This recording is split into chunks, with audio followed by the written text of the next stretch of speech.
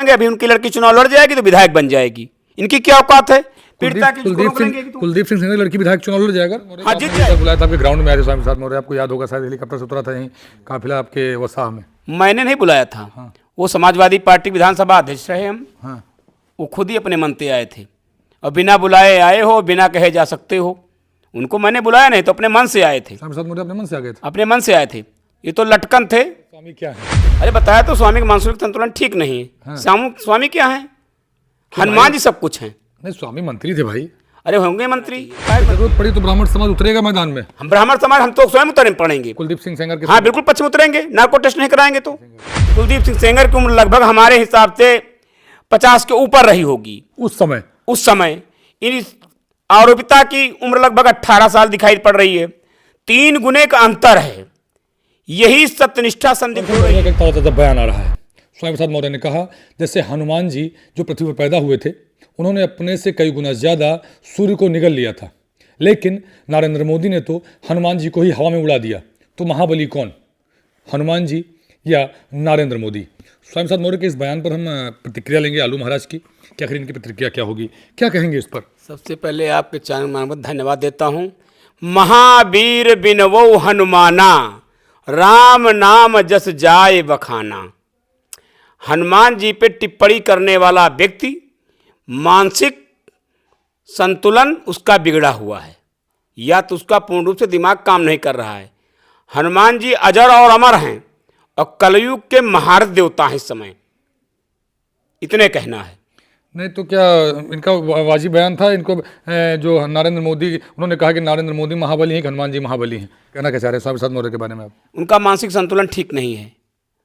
हनुमान जी पे टिप्पणी करने वाला जिस दिन पड़ेगी गदा ना, उस दिन चारों खाना चित्त हो जाएंगे। स्वामी और कौन? हनुमान जी पे जो टिप्पणी करेगा, जान लीजिए कलयुग में उसका अंत निश्चित है। हनुमान जी की गदा में बड़ी ताकत है। रावण नहीं सहन कर पाया, लंका में ध्वंस मचा दिया। तो ये तो कलयुग है। अब भावना है, जब दिमाग नहीं काम कर रहा तो आदमी क्या करेगा? पानी में कूद जाएगा। हैं? अभी हनुमानगढ़ी के महंत सिंह का झगड़ा भी हुआ था कुछ दिन पहले स्वामी प्रसाद मौर्य का। ये उनका व्यक्तिगत मामला है। लेकिन हनुमान जी के वो भी तो रक्षक हैं। नहीं, उसको हमने दूसरे ढंग से देखा है। उनकी कुछ टिप्पणी गलत थी। टिप्पणी गलत नहीं, जैसे उनका मानसिक संतुलन ठीक नहीं था, तो उन पर टिप्पणी नहीं करना चाहिए था। तो राजू जी को ज्ञान नहीं था इस मान जी को, कि मानसिक संतुलन का ठीक नहीं है स्वामी का। हाँ, तभी हनुमान जी पे टिप्पणी कर रहे हैं। नहीं, आप क्या कहना चाह रहे हैं, मतलब स्वामी क्या है? अरे बताया तो, स्वामी का मानसिक संतुलन ठीक नहीं है। हाँ। स्वामी क्या है? हनुमान जी सब कुछ हैं। नहीं, स्वामी मंत्री थे भाई। अरे होंगे मंत्री, काहे मंत्री रहे? काहे मंत्री बताइए? बहन जी की बदौलत इनको जाने गए लोग, और जो अपनी बहन को भूल गया हो, जिसकी बदौलत जान पहचान हुई हो, तो उसको आज तुम क्या कहोगे? ये सिर्फ भगवानों पर टिप्पणी करना और ब्राह्मणों पर टिप्पणी करना, यही केवल करते हैं। ये ब्राह्मणों पर टिप्पणी इसलिए करते हैं, इनके ऊपर केक पे केक लगती है ऊंचे हार में ना। ब्राह्मण इस पे केक मारता है, इसीलिए ब्राह्मण से ज़्यादा परेशान रहते हैं। क्यों? उचार विधायक मनोज पांडे सिंह का 36 का आंकड़ा है क्या? अरे आंकड़ा क्यों? लगातार पटकनी जहाँ देखो तो खा जाते हैं, और यहाँ की धमक जहाँ जहाँ लड़ते हैं वहाँ तक चली जाती है, चुनाव नहीं जीत पाते हैं। तो ये ब्राह्मण की ही देन है। हनुमान जी पर, ब्राह्मण पर जब तक टिप्पणी करते रहेंगे, तब तक इनका इसी तरह अस्तित्व खत्म होता रहेगा। कभी चुनाव जीतेंगे नहीं, मंत्री नहीं बनेंगे। अरे जब बता दिया साफ साफ, इसमें बचा क्या है? हनुमान जी पर जो टिप्पणी करेगा, कलयुग का देवता है, उससे क्या उम्मीद करते हो कि वो बढ़ेगा? और दूसरे मानसिक संतुलन ठीक नहीं है, तो इलाज कराएं और टिप्पणी करना बंद करें। अच्छी सोच रखें। जात गलत नहीं होती, व्यक्ति गलत हो सकता है। स्वामी प्रसाद मौर्य को आपने भी एक बार बुलाया था, आपके ग्राउंड में आए थे स्वामी प्रसाद मौर्य, आपको याद होगा शायद, हेलीकॉप्टर से उतरा था यहीं काफिला आपके वसाह में। मैंने नहीं बुलाया था। हाँ। वो समाजवादी पार्टी विधानसभा अध्यक्ष रहे हम। हाँ। वो खुद ही अपने मन से आए थे, और बिना बुलाए आए हो, बिना कहे जा सकते हो। उनको मैंने बुलाया नहीं, तो अपने मन से आए थे। स्वामी प्रसाद मौर्य अपने मन से आ गए थे। अपने मन से आए थे। हमने बुलाया था नरेश उत्तम पटेल जी को, माननीय प्रदेश अध्यक्ष जी को, जो वर्तमान फतेहपुर से सांसद हैं। उनका व्यक्तित्व था। ये तो लटकन थे। स्वामी प्रसाद जो स्वयं नहीं जीत पाया, वो दूसरे को क्या जिताएगा? आप बताइए। क्यों भाई? जीते तो पहले तो जीते ही थे। अरे जब बहन जी के साथ थे तो जीते थे। तो जब बहन जीते आप बाहर हो गए तो मैदान से बाहर हो गए। इनकी तो पहचान बहन जी की बदौलत हुई ना। सब बीजेपी में बीजेपी में मंत्री बना दिए गए। बीजेपी में ही हनुमान जी के इस बात शरण में चले आए, शरणम गच्छामि, तो मंत्री बन गए। तो आए तो आप हनुमान जी की ही शरण में, और वो शरण में आने के बाद इनको पद मिला, और जैसे हटे तैसे पैदल सड़क पे आ गए। अरे सड़क पे रोजे घूम रहे हैं, देख ही रहे हो आप। मामला कुलदीप सिंह सेंगर का है, उन्नाव के पूर्व विधायक, जिनको अभी जेल हो चुकी है। हाई कोर्ट से कुछ जमानत मिली थी, लेकिन उसके बाद सुप्रीम कोर्ट ने इनकी याचिका खारिज कर दी, जमानत खारिज कर दी, और पुनः ही दोबारा जेल चले गए। कुलदीप सिंह सेंगर के सपोर्ट में बहुत सारे लोग आ चुके हैं।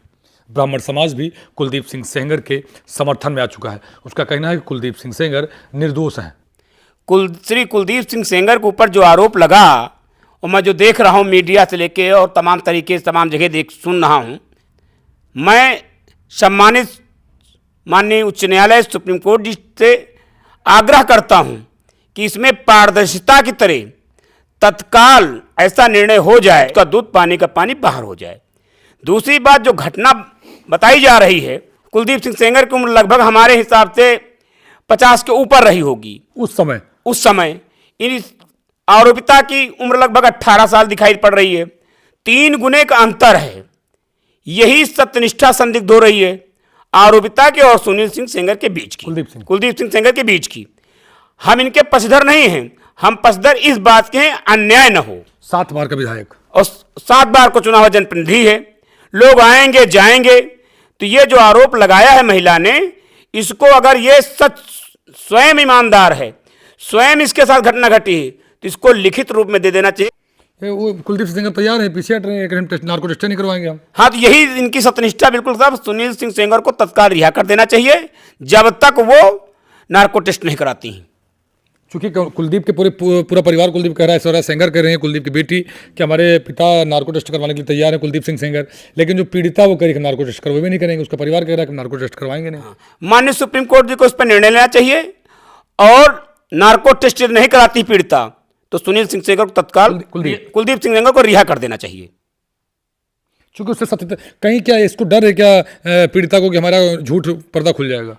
नार्को टेस्ट न कराने का मतलब यही है कि लगाया गया आरोप बेबुनियाद है, और अपने स्वार्थ परिता में उसने लगाया है, अपना धन कमाने की नीयत से। तो ब्राह्मण समाज के अगर कुलदीप सिंह निर्दोष है तो ब्राह्मण समाज कुलदीप के साथ है?